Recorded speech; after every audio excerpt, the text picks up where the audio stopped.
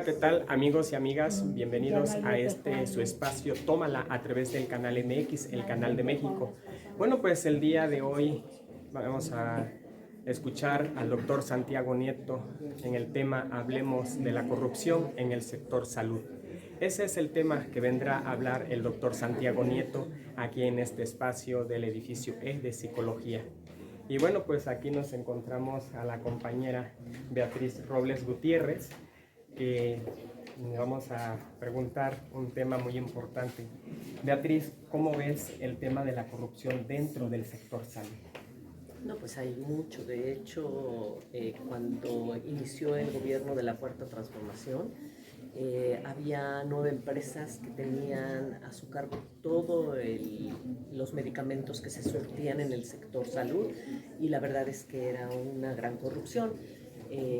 Cuando yo fui diputada me tocó participar en hacer un cambio a la ley de adquisiciones, en la que se permite ahora que el gobierno federal compre directamente medicamentos en el extranjero.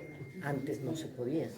Entonces, ese fue un gran cambio, porque gracias a eso el gobierno pudo comprar, por ejemplo, las vacunas directamente fuera del país, sin tener que hacerlo a través de una empresa, de un tercero, que compraba medicamentos a veces casi caducados y los vendía al sector salud a un precio estratosférico, ¿no? Entonces, se ha ido corrigiendo cosas, pero ahorita vamos a estar a la expectativa a ver qué nos cuenta el doctor Santiago Nieto.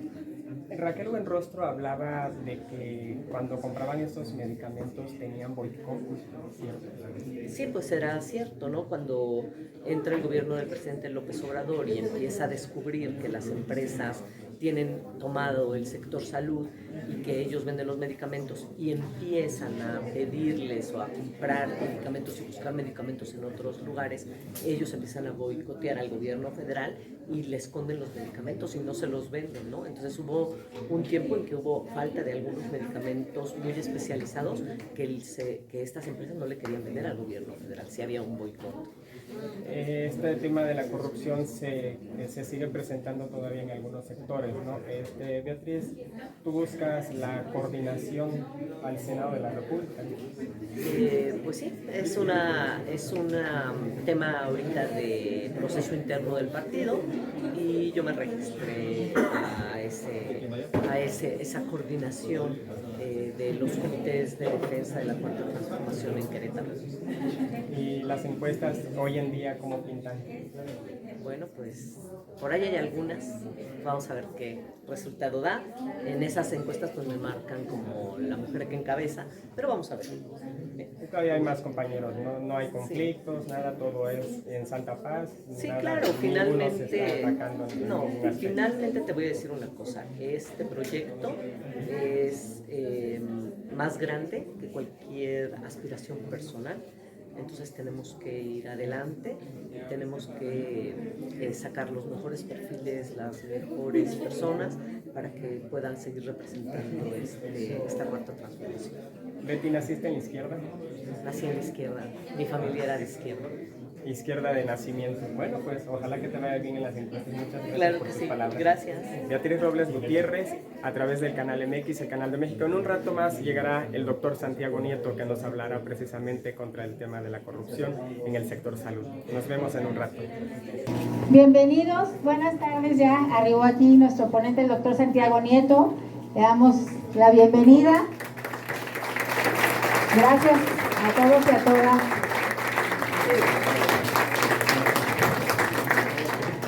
Muchas gracias, doctor. No, estábamos platicando aquí con los y las jóvenes y todo el auditorio que hay un tema de tráfico en todos lados, entonces entendemos, doctor. Tranquilo, vamos a iniciar. Pues muy buenas tardes a todos y a todas. Muy buenas tardes, jóvenes de las facultades de Ciencias Médicas y de Ciencias Políticas. Bienvenidos a este recinto académico que lo tuvimos que cambiar de última hora, pero siempre todo es perfecto, es fortuito, porque Creo que este recinto va a enmarcar justo lo que nos viene a exponer magistralmente el doctor Santiago Nieto, que es una que pareciera una cultura o una conducta de los y las mexicanas que no existe, ¿no? Los mexicanos y las mexicanas no somos corruptos. Algunos han elegido ese camino que pareciera una bola de nieve que nadie puede tener, pero este creo que es una reunión muy fortuita, lo repito, porque es un llamado a ustedes, jóvenes, jóvenes, viendo estas pintas que todavía hay acá afuera plasmadas de nuestras compañeras, haciendo las denuncias. Esto es la juventud, esto es la etapa en la que están todos y todas ustedes, una etapa de rebeldía que llama a esa rebeldía de transformar, y para eso estamos sentados y sentadas hoy aquí. Pues muy buenas tardes, bienvenidos, bienvenidas. Quiero dar la bienvenida a algunas autoridades que nos acompañan, como la doctora Beatriz Robles Gutiérrez. Muy bienvenida, doctora, delegada de la Secretaría de Educación Pública aquí en el estado de Querétaro. Gracias por acompañarnos, delegada. Quiero darle también la bienvenida al maestro Alberto Buendía Madrigal, del Centro de Atención Integral en Querétaro, de la Comisión Ejecutiva de Atención a Víctimas. Bienvenido, muchas gracias por acompañarnos. También le damos la bienvenida al doctor Teodoro Vargas Ponce, secretario general del Sindicato Nacional de Trabajadores del Seguro Social. Bienvenido. Y bueno, doy la bienvenida al presidium que nos acompaña el día de hoy. Me da muchísimo gusto, porque les repito, todo es fortuito, que una lideresa mujer estudiantil nos pueda compartir unas palabras, porque este evento se diseñó para que pudiera acercarse este tema a ustedes, a los y las estudiantes. Entonces, le cedo el micrófono a Marieli Arcos Ramos. Es lideresa estudiantil de la Facultad de Medicina de la Universidad Autónoma de Querétaro. Bienvenida, Marieli, y te cedo el micrófono. Bueno, buenas tardes. Pues me vuelvo a presentar para los que no me conozcan. Veo muchas caras de mi facultad aquí. Marieli Arcos, presidenta de la Sociedad de Alumnos de Medicina. Antes que nada, alumna de 9º semestre. Y bueno, me parece muy importante que estudiantes de medicina como nosotros estemos informados sobre temas tan significativos como el que vamos a abordar el día de hoy. Este tipo de problemáticas se tienen que atacar y abordar definitivamente. Y es uno de los principales problemas que hay en México, porque lo sabemos, como pues nuestros compañeros nos cuentan, que llevan más arriba, que se trabaja en unas condiciones que no son suficientes, que tienes que trabajar con cosas que no están hechas para eso, y eso es porque los insumos no están llegando hacia nuestros servicios. También pues el pago que se le da, por ejemplo, a los estudiantes que están brindando su servicio, a los médicos internos de pregrado, no es suficiente, y dan mucho de su esfuerzo y de su tiempo. Reitero pues esta importancia de informarnos, de envolvernos de esta información que vamos a recibir hoy, porque el día de mañana, y lo sé porque somos estudiantes de la UAC, vamos a estar en posiciones importantes. Vamos a poder ver lo que es la corrupción, y no solamente hay que normalizarlo. Cuando lo veamos hay que denunciarlo. Y creo que pues estar el día de hoy aquí nos va a informar para el día de mañana nosotros poder dar solución a ese tipo de problemas. Y pues bueno, más que nada agradezco pues la oportunidad de reflexionar este tema juntos y con la ayuda del doctor Santiago Nieto. Y pues esto de mi parte. Gracias.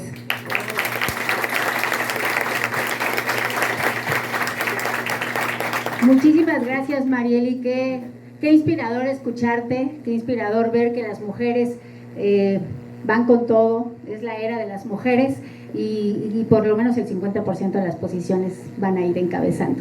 Muchas gracias a Marieli por sus palabras, y para mí es un honor presentar a la siguiente persona, amigo, aliado, el doctor Miguel Ángel Rangel Alvarado.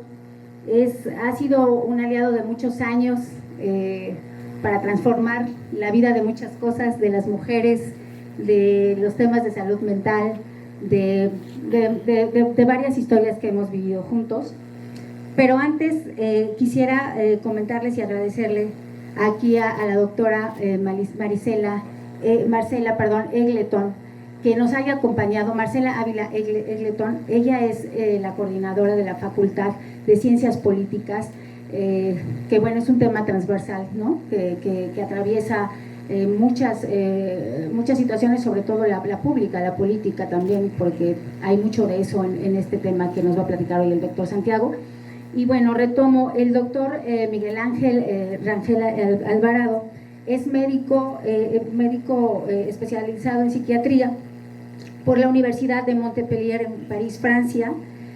También ha sido presidente del Comité de Ética del Instituto del Corazón, entre otras muchas cosas, y hoy es coordinador de la Facultad de Medicina General de la UAC.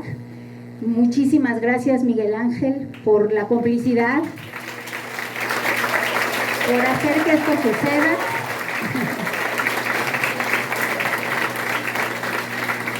Yo siempre le digo que es un ángel, y hoy veo que sus alumnos y alumnas también lo consideran. Te cedo el micrófono, doctor, y gracias por todo el apoyo para este evento.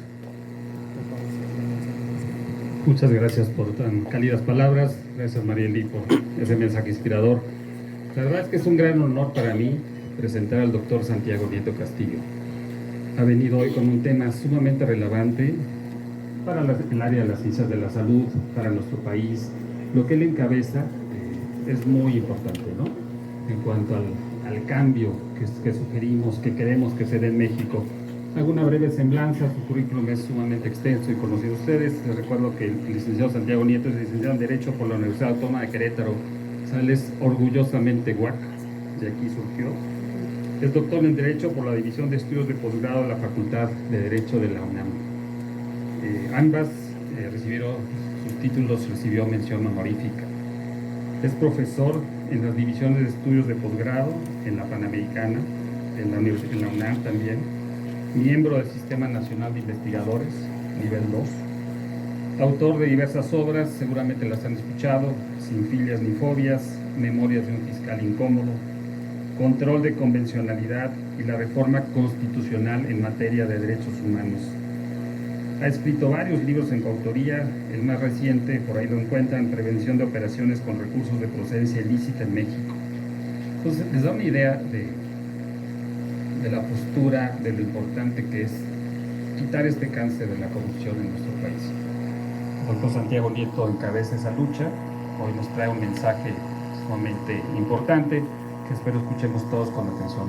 Muchas gracias por estar con nosotros. Felicidades, doctor.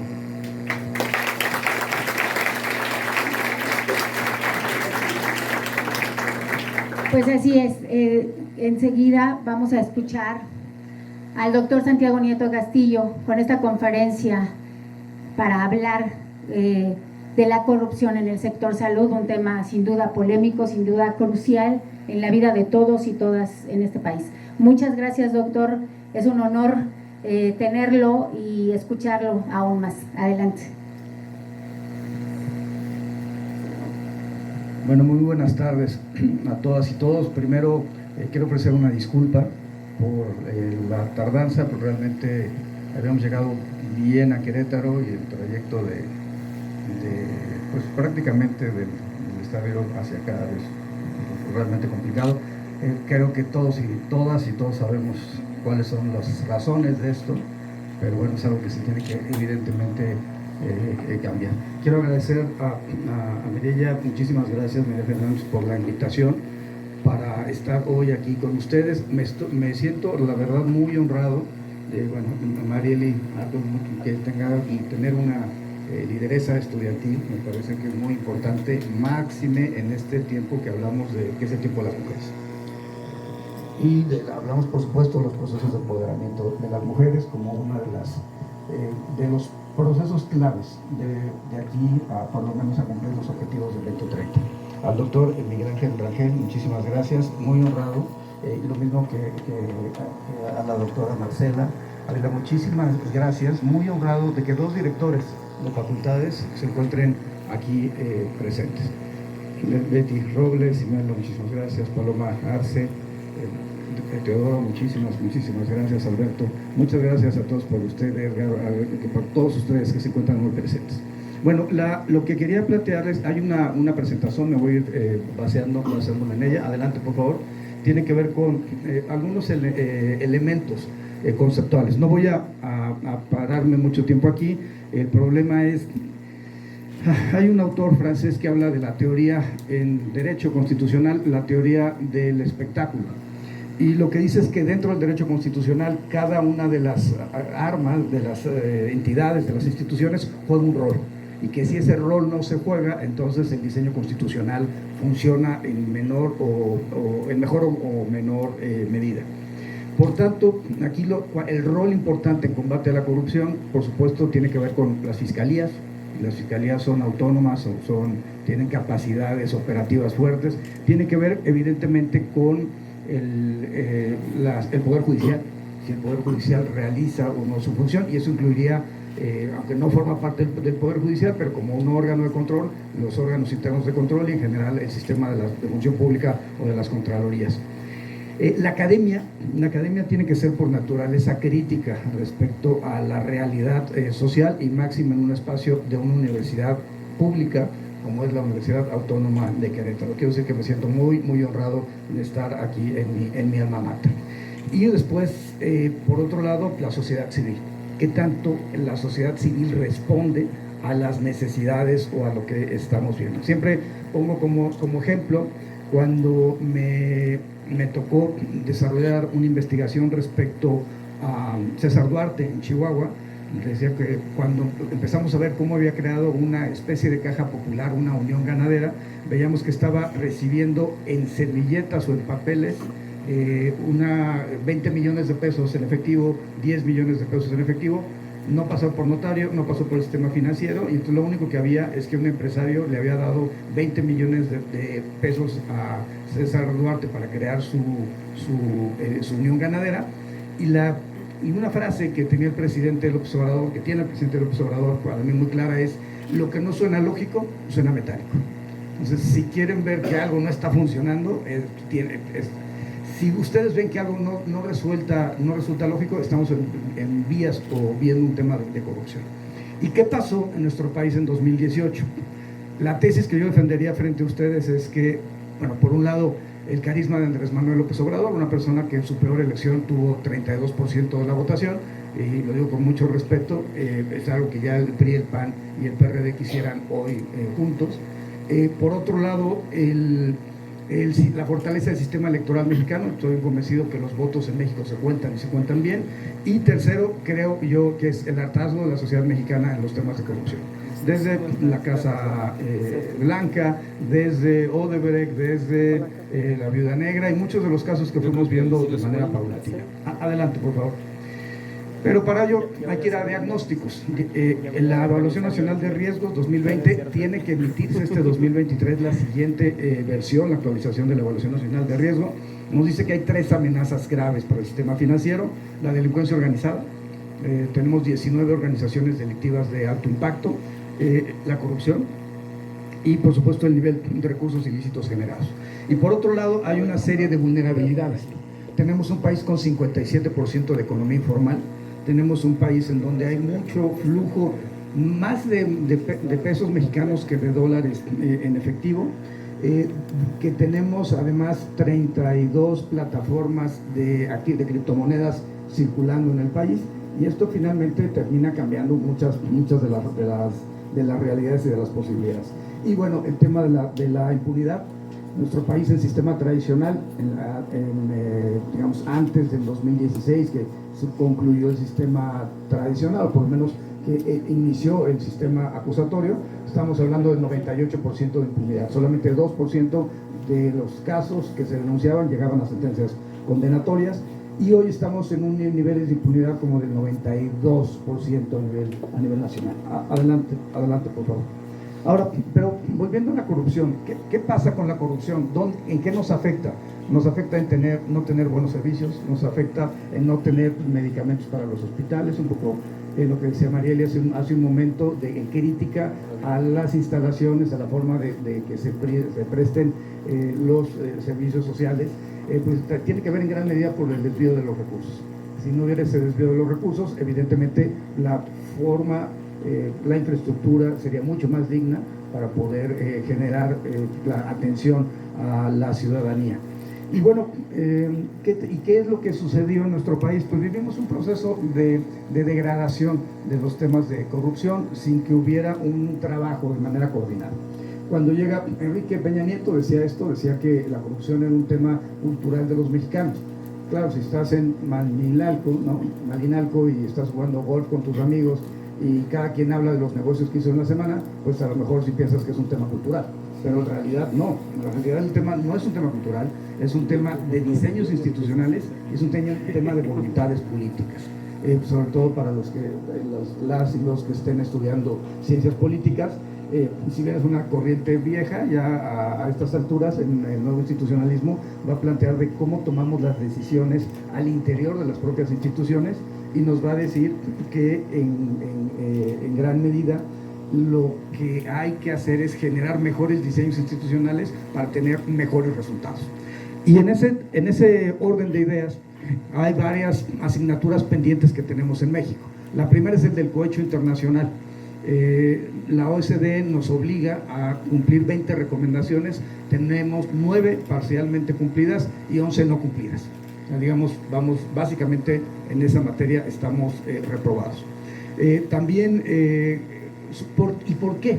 Porque ahí el tema se encuentra en las fiscalías y se encuentra en que no hemos generado una ley que establezca la obligación de los cabilderos de inscribirse en un registro para ver que no estén generando operaciones fraudulentas como Odebrecht. Como ustedes saben, la Dirección de Asuntos Especiales, que debió de haberse llamado la Dirección de Corrupción de Alta Gama de Odebrecht, era una dirección encargada de buscar jóvenes políticos en los países. 22 países tocaron a Odebrecht, jóvenes políticos para poder generar algún tipo de compromiso a fin de que cuando llegaran al ejercicio del poder pudieran contratar a la empresa. ¿Qué significó Odebrecht? Le dieron $10.4 millones a la campaña de Enrique Peña Nieto y recibieron más de 3,000 millones de pesos en contratación gubernamental, particularmente de Pemex. Ahora, ¿qué necesitamos revisar? Uno, beneficiarios finales de los actos de corrupción. Y por beneficiarios finales, lo que estoy pensando, lo que estamos planteando, lo que se planteó desde Inglaterra, que era el país que estuvo dándole origen a esta discusión, es quién es el que disfruta en realidad el dinero producto de la delincuencia organizada, del huachicol o por supuesto, de los temas de corrupción política. Yo el ejemplo que pongo también muy claro aquí es un ejemplo de una empresa que se constituye en Poza Rica. Los accionistas son un vendedor de seguros y el despachador de una gasolinera, y esa empresa abre una cuenta en Panamá, recibe una transferencia de $1 millón. Ninguno de los dos había salido. Es más, nuevamente la pregunta, lo que no suena lógico, suena metálico: si ustedes tuvieran $1 millón $1 millón en una cuenta, ¿seguirían siendo despachadores de una gasolinera? Yo creo que no. Entonces el punto, claro, aquí el punto central es el beneficiario final. ¿Y quién es el beneficiario final? El dueño de la chequera y básicamente el apoderado legal. Es decir, quien puede administrar los recursos. En este caso, no les voy a decir el nombre, pero se apellidaba Lozoya, era el apoderado legal de esta empresa, ¿no? Después, el tema de personas políticamente expuestas. ¿Quién es una persona políticamente expuesta? Aquella persona que tiene un rango de director general hacia arriba. Yo era de la idea de que, porque uno empieza a ver cosas raras en el deporte y en el mundo de la farándula, y yo era también de la idea que fueran personas políticamente expuestas. No se logró avanzar a tanto. Bueno, yo quería que hasta en los partidos tuvieran que dar avisos al SAT y a la UIF por sus operaciones. con varios senadores de varios partidos políticos, incluyendo una senadora del PAN. Se planteó una iniciativa, se discutió una iniciativa de Morena, del PAN, etcétera, para generar que el fútbol fuera de mejor forma fiscalizado, porque encontramos no solamente la doble contratación, sino encontramos mucha evasión fiscal en el ámbito del fútbol, y si ustedes me lo permiten, hasta prácticas de explotación laboral muy fuerte. Ahora, ¿quiénes son las personas políticamente expuestas? Pues cualquier director general, el tesorero de un municipio, el oficial mayor, son personas políticamente expuestas donde hay que tener mejores mecanismos de control.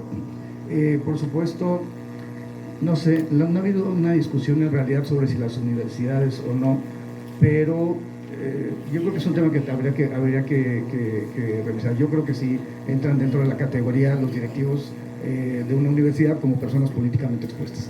Pero bueno, y después las unidades de inteligencia patrimonial y económica. Hoy tuve una reunión con 11, incluyendo la de Querétaro, unidades de inteligencia patrimonial y económica, que pueden ser el mecanismo para localizar el flujo de recursos al interior de un estado, con independencia de lo que pase en la unidad de inteligencia financiera. Adelante, por favor. ¿Cómo andamos en corrupción? Yo les diría que hubo una leve mejora cuando el índice de percepción de corrupción de Transparencia Internacional en 2018 ponía a México como el país 138 de 180 países analizados. Es una escala de 0 a 100. Teníamos por ahí de 28 puntos y pues estábamos más cerca de Somalia, que tenía 8 puntos, y estábamos muy alejados de Nueva Zelanda, de Finlandia, de Dinamarca, que son los países más honestos de la Tierra. Por supuesto, no hubiéramos podido llegar al 138 si no hubiera sido por el grupo Atlacomulco, ¿no? Les debemos ese espacio. Y hubo una leve mejora, llegamos al 124 y ahora estamos en el 126. Por otro lado, el índice del barómetro global de la corrupción también habla de una leve mejora. 61% de las personas pensábamos en 2017 que vivíamos en un país con altos niveles de corrupción. Esto disminuyó en 2019 el 44%, y después la pandemia hizo que ya no tuviéramos la siguiente medición. Adelante, por favor. Ahora, ¿y qué ha pasado en el sector salud? Y un poco es el enfoque. Primero, tanto el Grupo de Acción Financiera Internacional, GAFI, como el Grupo Egmont estuvieron estableciendo guías para la revisión del tema del COVID-19, porque había cosas que no nos quedaba muy claro. ¿Qué fue lo que sucedió? Primero empezaron a ver, evidentemente la sociedad se cerró, ustedes lo recordarán, por tanto empezó a aumentar el uso de plataformas en línea, y esto empezó a generar el incremento de 2 tipos penales: la pornografía infantil, la gente encerrada, y por otro lado la violencia familiar. Fueron 2 elementos que se dispararon durante la época del COVID. Por otro lado, el tema de las restricciones en materia comercial y la actividad hizo que cambiara la actividad criminal en el mundo, y a partir de ahí esto impactó, por supuesto, en los temas financieros. Adelante, por favor. ¿Qué sucedió? Empezó a haber un aumento de fraudes financieros, lo que se llama el Business Email Compromise, entre otros, el phishing, el uso de malwares, es decir, de cómo se infiltraban para obtener la información de carácter personal y a partir de ahí robar las identidades o robar recursos. Una sobrevaloración de insumos dada la alta demanda. Esto es un tema de corrupción importante en el ámbito privado y en el ámbito público a partir de la compra de insumos. Y a mí me toca hoy, tengo un par de casos de un presidente municipal en Hidalgo y un secretario que está prófugo en este momento de la justicia, porque compraron unos 30 millones de pesos en gel antibacterial que nunca llegó. Bueno, por lo menos no llegó a las instituciones de salud. Y esto, vuelvo a lo mismo. ¿Qué sucedió también ahí? Que las empresas privadas iniciaron un proceso de aumento de los costos. Me acuerdo alguna reunión que tuve con Zoe Robledo y de repente nos llegó alguien a hablar de las máscaras. Y lo primero que dijo es que tenían que ser unas máscaras de uso industrial. Yo, evidentemente, si a mí me hubieran dicho que tenía que ser una escafandra o tenía que ser, pues hubiera dicho que sí. Yo no sé, no tenía la capacidad técnica para plantear si eso era cierto o no. Pero lo que sí vimos es que al final del día el cubrebocas fue algo mucho más sencillo que las máscaras que se planteaban al principio, que eran de uso industrial. Y también tenía que ver con esta posición de las personas morales que estaban ofreciendo sus productos. Tráfico de medicamentos falsificados, pruebas de detección de COVID-19 falsas, insumos médicos. Aumento en las operaciones financieras remotas, el aumento en el reclutamiento de personas para actividades criminales, cada vez más jóvenes, la venta de insumos sin los estándares requeridos, el incremento, y esto también fue muy interesante, el incremento de uso de casas de empeño.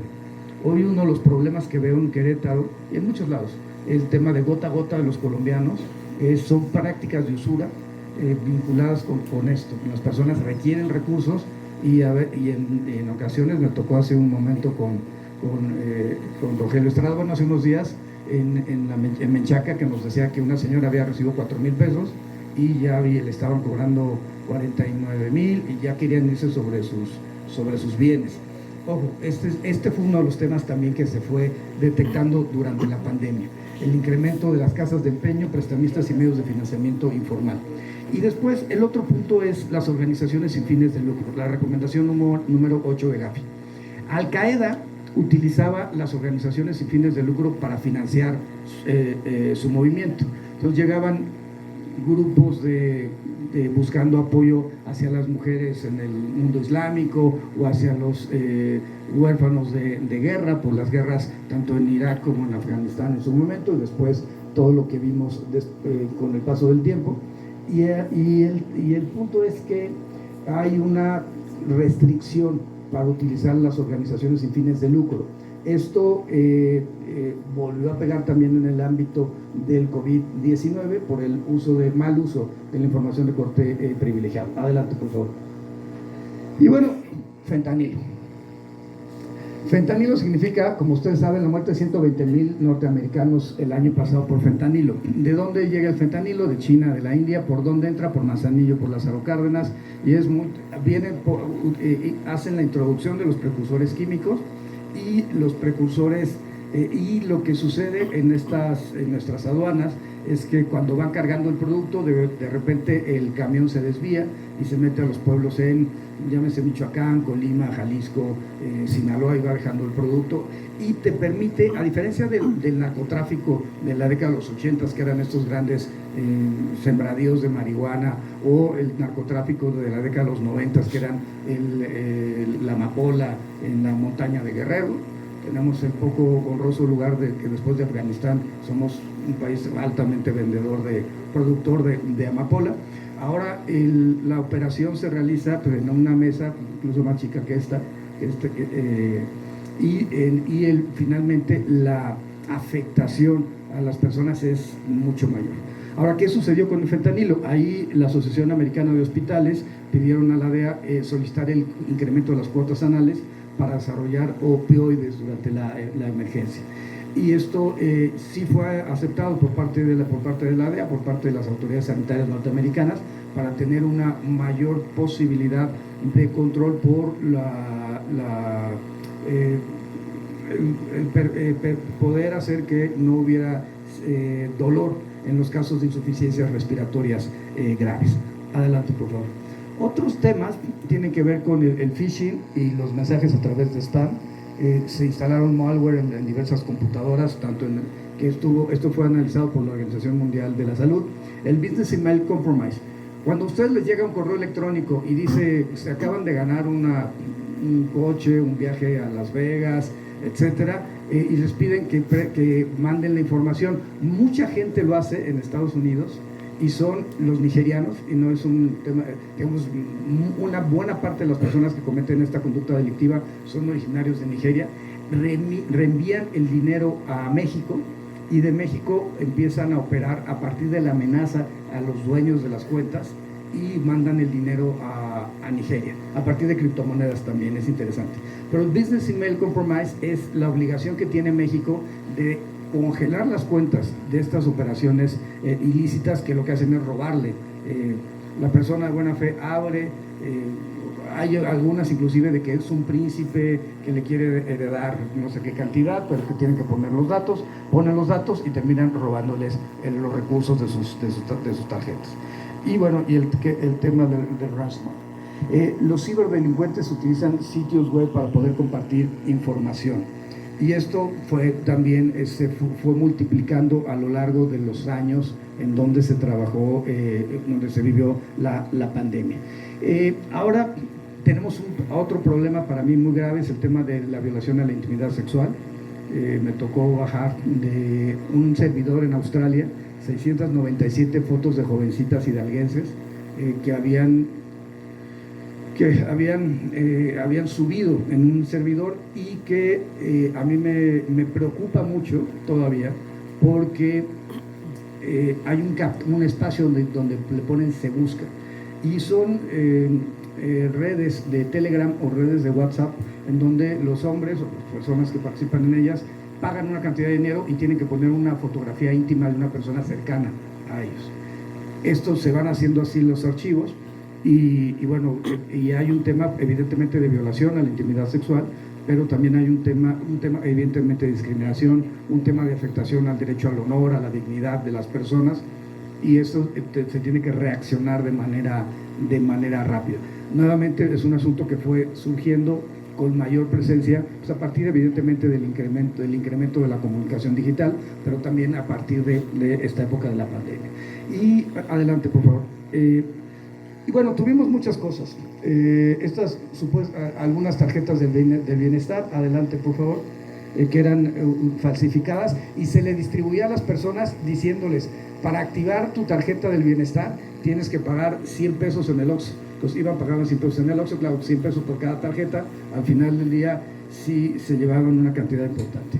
Y bueno, adelante por favor. Y esto también me tocó en algún momento muy interesante, y era que a un tipo le llamó a un empresario, uno de los empresarios más importantes del país, y le pidió 20 millones. Se hizo pasar por un senador, puedo decir el nombre, Ricardo Monreal, y le usurpó la identidad. Le dijo que el empresario dijo sí, por supuesto, y le transfirió 20 millones de pesos a una cuenta que evidentemente no era del senador.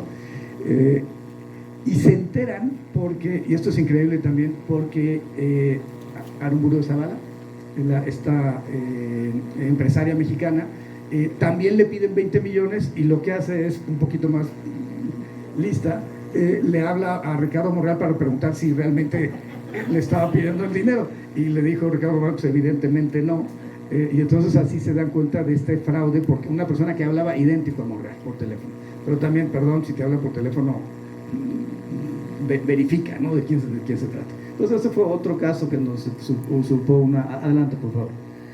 Y los fraudes por remedios milagrosos del COVID se vendían en Cancún, adelante por favor. Y los casos, adelante por favor, que me tocaron ver, tenían que ver con esto.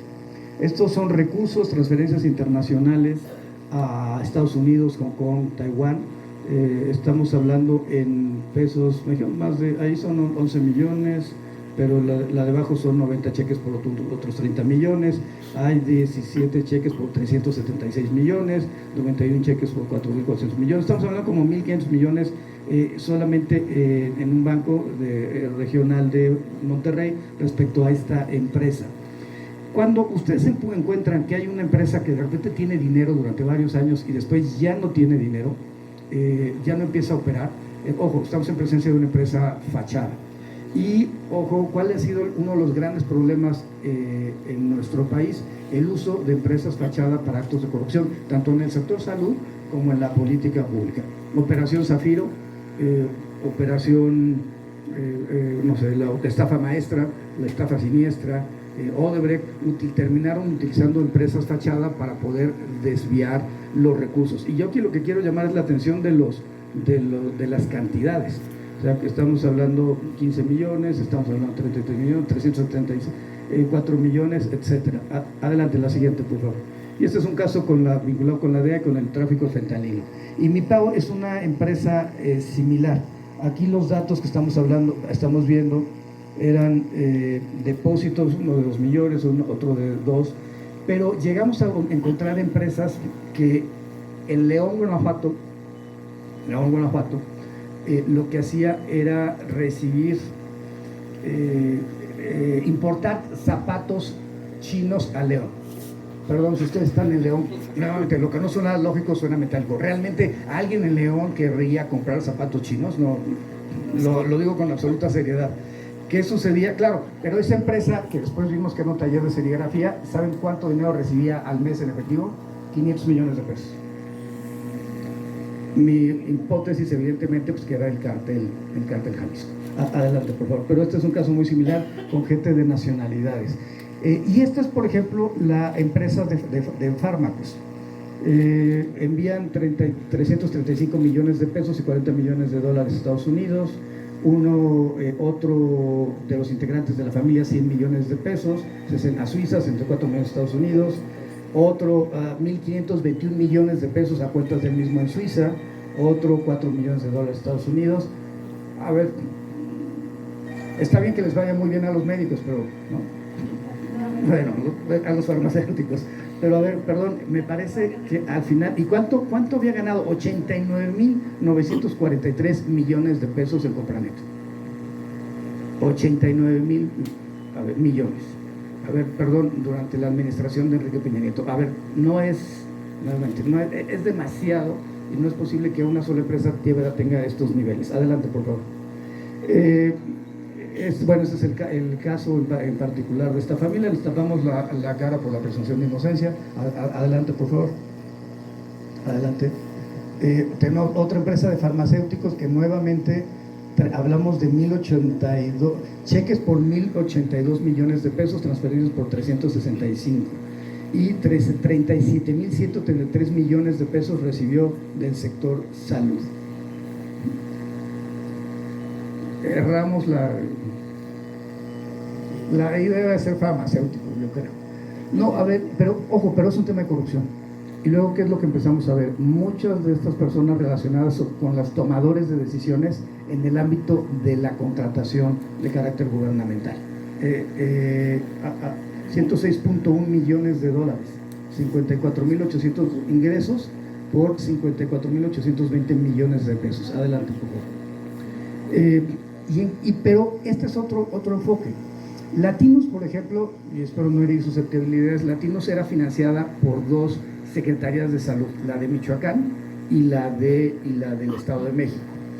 Y este caso en particular es otro grupo que están relacionados con el Seguro Popular en Oaxaca y en Puebla, Guanajuato, Tamaulipas e Hidalgo.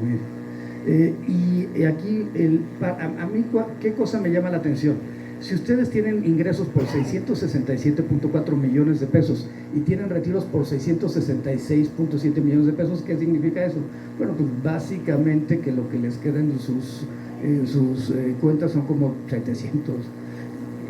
Suena raro. A ver, si tienes 667 millones, ¿por qué tendrías 700,000 pesos solamente en tu cuenta? ¿Qué se hace con esto? Defraudación fiscal. Es decir, lo que hacen es compran facturas, o se compraban facturas. Ahorita esto ya ha habido una reforma y un avance en esta materia, pero lo que sucedía es que con eso igualaban los ingresos a las pérdidas y por tanto evadían impuestos. Adelante, por favor. Estos son los casos vinculados con este asunto particular. Adelante, por favor. Adelante. Y este asunto también me parece fantástico. Tiene que ver con, nuevamente, farmacéuticas. Es un grupo comercial que el asunto fue denunciado ante la Comisión Federal de Competencia Económica. Y es interesante, pasa por el IMSS, por ejemplo, pero por las personas que eran miembros de un consejo de administración del IMSS. Pero lo interesante es que es una compra de dos empresas. Una empresa compra a su competidora, pero los recursos se van a Holanda. Participa un despacho muy famoso, Mossack Fonseca, en Panamá, que se encargaba de generar defraudación fiscal, y al final terminan mandando el dinero a Holanda. De Holanda pasa por Singapur, pasa por ya comenté, Holanda, pasa por Panamá, para llegar finalmente a México, y ese dinero lo compra pues básicamente el mismo grupo a partir de una persona, de un testaferro. Entonces eran dinero del opositor, no había, jurídicamente iba a generarse un monopolio, y la forma de darle la vuelta al monopolio fue que un testaferro comprara la información. Adelante, por favor. Pero nuevamente las cantidades son importantes. Creo que, bueno, ahorita me ha tocado casos ya con fentanilo en Hidalgo. Me preocupa porque nosotros repetimos los patrones de comportamiento norteamericano con algunos años de diferencia, básicamente unos 15 años, 10 años de diferencia, y la ingesta de fentanilo en Estados Unidos es demasiado grande. ¿Quieren detener a la delincuencia en México? La salida es muy fácil, bueno, no es fácil, pero ¿qué necesitamos? Que dejen de traficar armas hacia nuestro país. Y esto solamente se puede hacer a partir de la modificación a la normatividad norteamericana. Adelante, por favor. Ellos quieren que controlemos nosotros, y con justa razón, el tráfico de drogas, pero los grupos delictivos son fuertes precisamente por el tráfico de armas que se va generando. Yo les pondría, bueno, estos son como, ¿qué tenemos que hacer en materia legislativa? Mucho en esta materia de combate a la corrupción. Cambiar el modelo del Sistema Nacional Anticorrupción. Yo creo que tiene que ser la Fiscalía Electoral, el INE, debería formar parte, porque hay una relación entre corrupción y elecciones, evidentemente el SAT, la UIF, las UIPes a nivel Estado. El asunto del blindaje electoral, cómo impedimos que se utilicen los programas sociales con un fin electoral, el tema de los alertadores internos en los casos de corrupción, y sobre todo cómo protegemos a la persona que esté denunciando un caso de corrupción al interior de cualquier dependencia pública. Las recomendaciones 1, 24, 25, que son relacionadas con el beneficiario final. Yo he planteado un registro de beneficiarios finales de temas de corrupción y creo que eso se puede hacer a nivel nacional. Mejorar los controles de los PEPs, las unidades de inteligencia, el asunto de las criptomonedas. Hoy el 10% de las remesas están entrando vía criptomonedas, pero yo tengo mis dudas, honestamente, que nuestros paisanos que fueron a la pizca de algodón tengan el conocimiento técnico para poder utilizar una criptomoneda y transferir recursos de un espacio a otro. El enfoque de víctimas, la vinculación de las procuradurías, la idea de la imprescriptibilidad de los delitos de corrupción. Esto es un planteamiento en realidad no mío, sino de mi esposa, pero me parece que lo quise rescatar por lo mismo. El compliance empresarial, que es algo que creo que tenemos que estar viendo, tanto quienes establezcan un despacho en términos jurídicos o un consultorio en términos del ejercicio de la práctica profesional médica, o por supuesto pues una consultoría en el ámbito de la ciencia política. Creo que hay que pensar muy claramente cómo evitar que estemos cometiendo prácticas que fueran contrarias al Estado de Derecho. Adelante, por favor. Yo, bueno, quisiera cerrar aquí, agradecerles mucho a todas y todos su atención, su tiempo, la paciencia, y bueno, esto no es un acto de naturaleza política, esto es un acto de naturaleza académica, pero creo que lo importante es reflexionar sobre cuáles son los retos que se tienen, tanto en el ámbito de la democracia.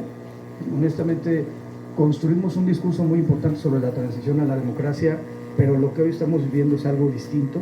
Es decir, ya no tenemos gobiernos divididos, hay un partido predominante, ya no tenemos, tenemos 23 estados gobernados por Morena, que es algo que el PAN, por ejemplo, nunca pudo durante sus 2 administraciones.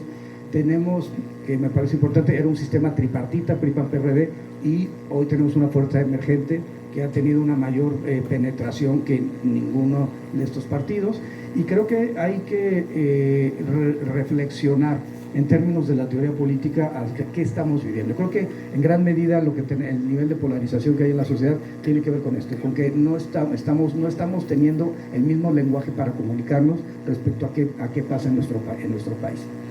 Yo, por supuesto, soy partidario del Movimiento de Regeneración Nacional. Me tocó trabajar muy de cerca con el presidente López Obrador, pero no estamos en un tema de este tipo, sino simple y sencillamente plantear qué sucede en el sector salud, en donde hay una cantidad de recursos muy importante. ¿Qué sucede? ¿Cómo podemos hacer para mejorar todos los temas relacionados con seguridad social, todos los asuntos vinculados con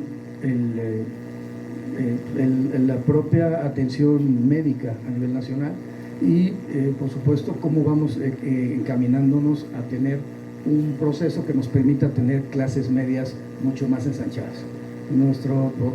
La propuesta y la idea de discutir los temas de corrupción es que evitar que el dinero se vaya a los riquezas particular de las personas o a las campañas electorales, y mejor que se lleve hacia lo que fue naturalmente presupuestado. Llámese sector salud, llámese sector educación, llámese sector turismo, llámese sector instituciones, poder ejecutivo, legislativo y judicial. Bueno, órdenes constitucionales autónomos. Pues bueno, yo quisiera agradecerles mucho a todos y toda su atención y pues nada, me encuentro a sus órdenes.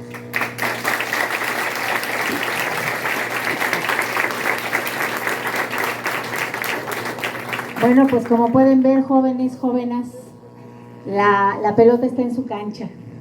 Ustedes van a tener, como bien lo dijo Marieli, en algún momento van a tener la decisión de cómo manejar el sector al que pertenecen, y ojalá muchos y muchas estén en puestos de toma de decisión y lo hagan de forma distinta. Abrimos la ronda de preguntas y respuestas para el doctor Santiago Nieto. ¿Alguien que quiera hacerle algún planteamiento, alguna pregunta, alguna duda que haya quedado del tema?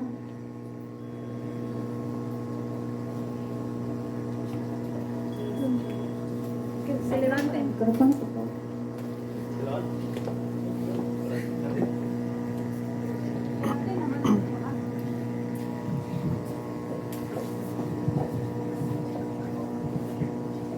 Yo tengo una pregunta y es, a nosotros como estudiantes o como futuros profesionistas, ¿qué es lo que podríamos hacer en nuestra práctica médica o en nuestra práctica diaria para apoyar en este sentido, ¿no? Porque yo entiendo la parte y entiendo su punto de vista de que desde el punto de las políticas, pues parte prácticamente todo, pero nosotros estamos como en otro ámbito. Entonces, nosotros, ¿cómo podríamos hacerle para apoyar en ese sentido o para cambiar las cosas?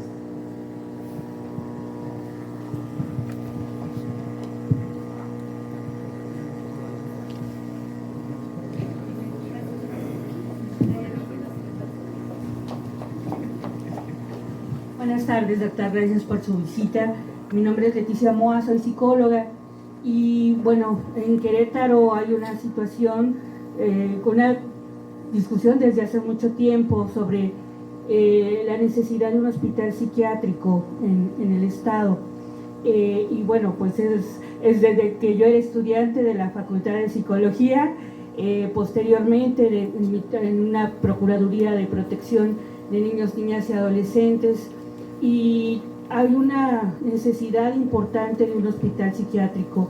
Creo que psicólogos o también en el ámbito médico es muy importante esta parte, ¿no? Y también lo que tiene que ver con los anexos, ¿no? Con todos los centros de rehabilitación. Creo que como psicólogos, como médicos, psiquiatras también, a veces estamos a las 12 de la noche, 1 de la mañana, a ver quién nos lo recibe en un anexo y bueno, ¿a dónde vamos? A León, a San Luis Potosí, no hay ambulancias, no hay recursos, en un estado ya con las características de población que tenemos, ¿no? Entonces, pues bueno, creo que, ¿y dónde están esos recursos, no? En donde a veces es una cama, o sea, una cama, 2 camas para pacientes que requieren una atención especializada.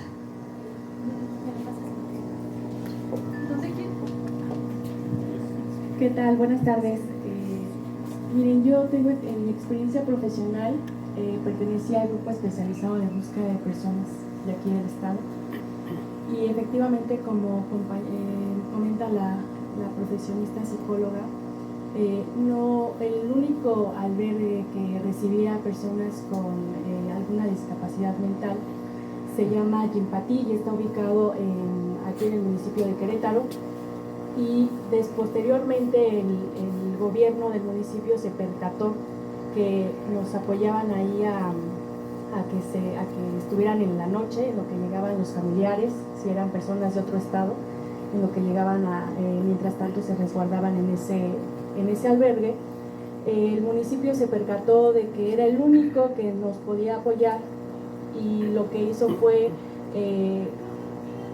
hacer una reforma en el reglamento de aquí del municipio, en el que ya no se permitía que personas con discapacidad estuvieran albergados. Entonces, sí, efectivamente los recursos públicos se están desviando hacia otros sentidos, hacia obras que debieron de haber sido planificadas y con estrategia. Por ejemplo, la obra maestra de 5 de febrero, que tiraron todos los puentes en lugar de hacerlo por etapas, por una estrategia, pero evidentemente es notable que hay una desviación de los recursos, hay una inflación con los contratistas y efectivamente a las personas que lo necesitan, que lo requieren, son invisibilizadas. Entonces, únicamente como comentario. Gracias.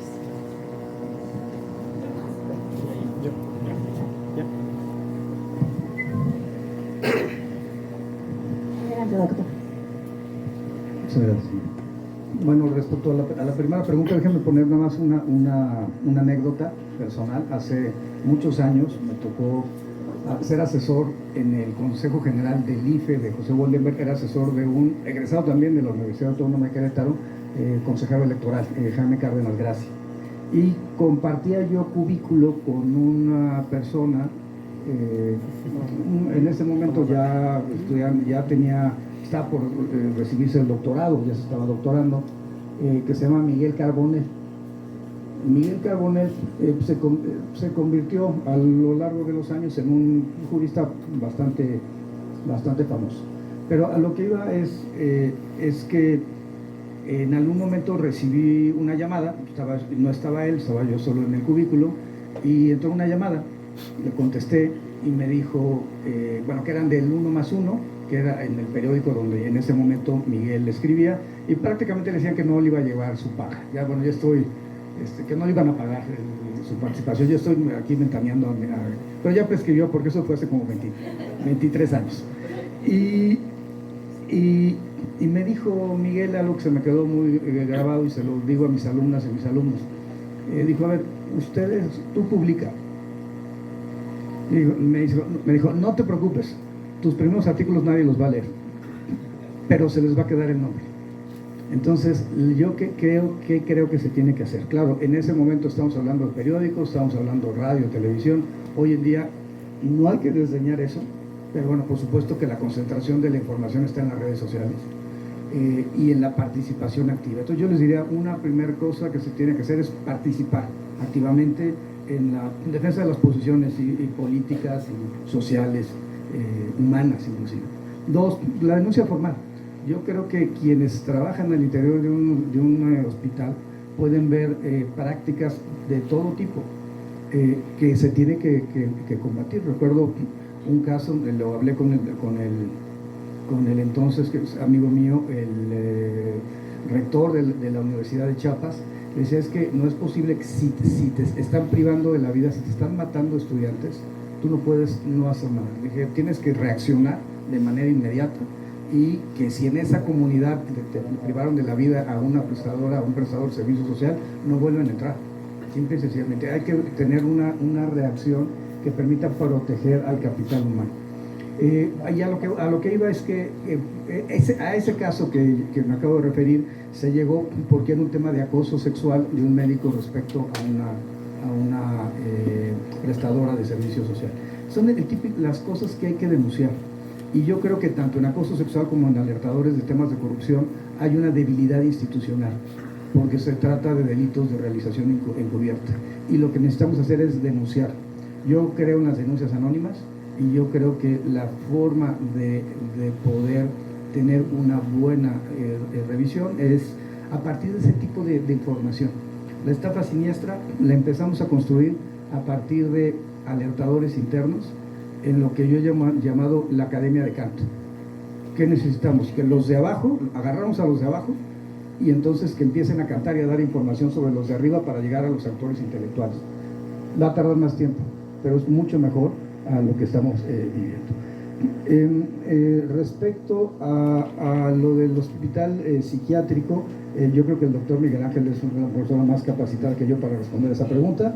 Y bueno, respecto a los términos, yo por supuesto creo que yo estoy de acuerdo con los tipos penales de discriminación. Yo creo que no puede bajo ninguna circunstancia generarse un acto de discriminación o en contra de personas de cualquier tipo de minoría, y bueno, por supuesto los discapacitados. Muchas gracias, Leti, por la pregunta. La verdad es que somos compañeros de lucha. Hace 28 años llegué como psiquiatra a mi ciudad.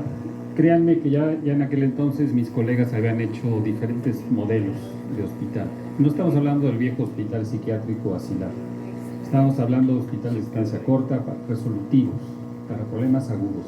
A lo largo de estos 28 años hemos hecho una serie de planteamientos, hemos visto pasar muchas administraciones y todas de alguna manera se han negado a invertir. Actualmente, bueno, seguimos, yo solicité todavía hace poco, establecí un plan de hospital de estancia corta para utilizar el espacio del viejo hospital general. Seguimos a la espera, ya sea como hospital universitario, que sería un gran apunte para nuestra facultad, un hospital psiquiátrico de estancia corta. Ayudaría mucho el tamaño de la ciudad, el crecimiento es increíble. Desplazamos muchos de nuestros pacientes a Aguascalientes, Zacatecas, San Luis, León, etc. Es una cuestión de voluntad política.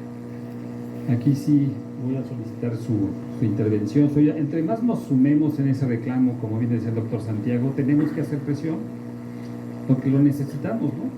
Cuando pasa una tragedia como la jovencita que desgraciadamente un enfermo en situación de calle la mata, recordarán hace unos meses, entonces sí nos escandalizamos, pero muchas de estas noticias inclusive son bloqueadas, ¿no? Entonces lo necesitamos. No hay manera de no tenerlo, si bien las nuevas disposiciones se ha sugerido camas en el Hospital General, es completamente insuficiente y ya están ocupadas, digo.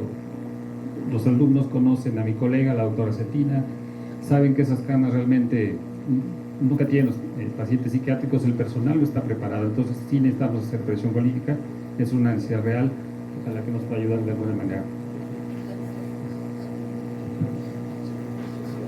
Pues es todo, muchísimas gracias. Quiero agradecer a todo el equipo que hizo posible este evento, por supuesto a nuestro presidium, a la lideresa, a la doctora, al doctor Miguel Ángel Rangel de manera muy especial y puntual. Gracias por todo el apoyo, doctor, todo mi cariño y mi admiración. Y por supuesto a nuestro ponente de lujo, muchísimas gracias, doctor Santiago Nieto Castillo, y estaremos viéndolo mucho en Querétaro porque lo necesitamos. Gracias. Nos encontramos en la Facultad de Psicología, en el edificio E, precisamente de la Facultad de Psicología en la Universidad Autónoma de Querétaro, donde asistió de manera puntual el doctor Santiago Nieto a exponer precisamente este tema de la corrupción en el sector salud. Bueno, pues nos despedimos, nos vemos en la próxima edición de Tómala a través del canal MX, el canal de México.